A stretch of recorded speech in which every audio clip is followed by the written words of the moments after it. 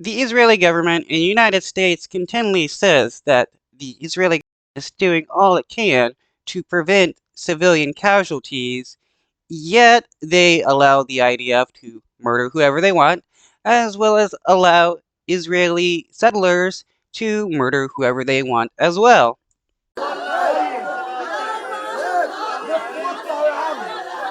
A homecoming of a different kind.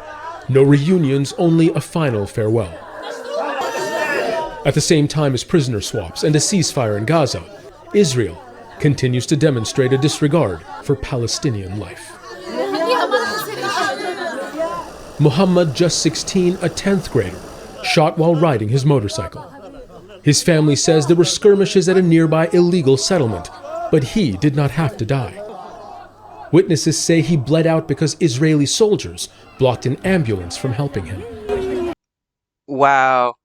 The IDF prevented this teen, from getting medical aid after being shot by a right-wing Israeli.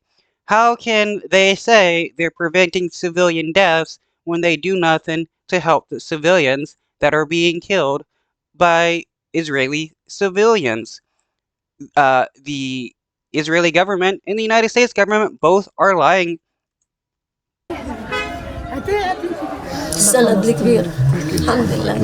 He was the eldest, my rock.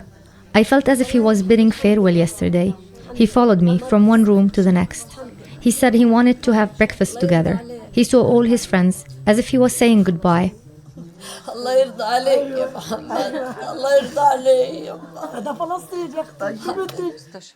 In Jenin, another mother, the same agony of outliving your own child.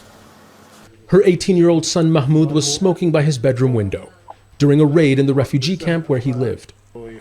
Gunfire followed by soldiers breaking into their home. She says she held a towel to her son's chest, Israeli soldiers looking on. Medics were downstairs, but blocked from attending to him. Wow, again, the IDF, the Israeli government's military, is shooting people and then preventing the medics from giving them aid. How is that not a war crime? That is just true evil. This is something that Nazis during World War II would do. They would raid the houses of Jewish people and other people that they were looking to kill, shoot them, and just let them bleed out. How can the Israeli government be considered the good guys when the military is murdering innocent people?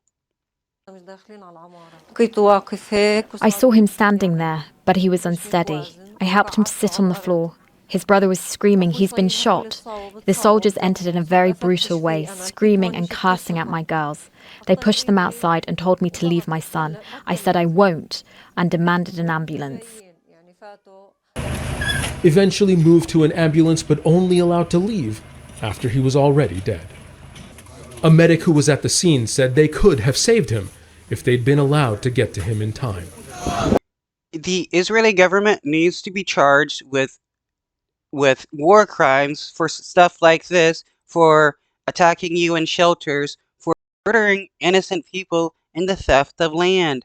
Why isn't the international community doing more to stop the Israeli government like they are doing to stop Russia from taking over Ukraine?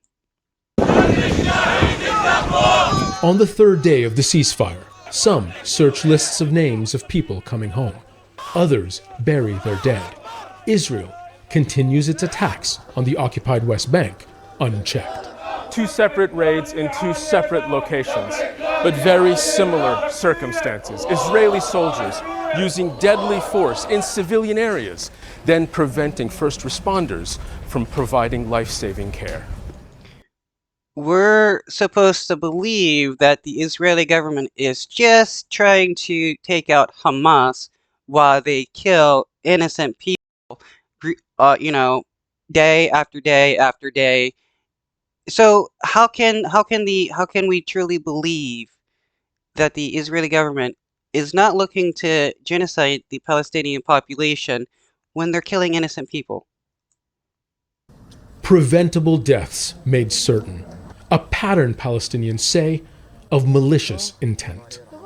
Zain Basravi, Al Jazeera.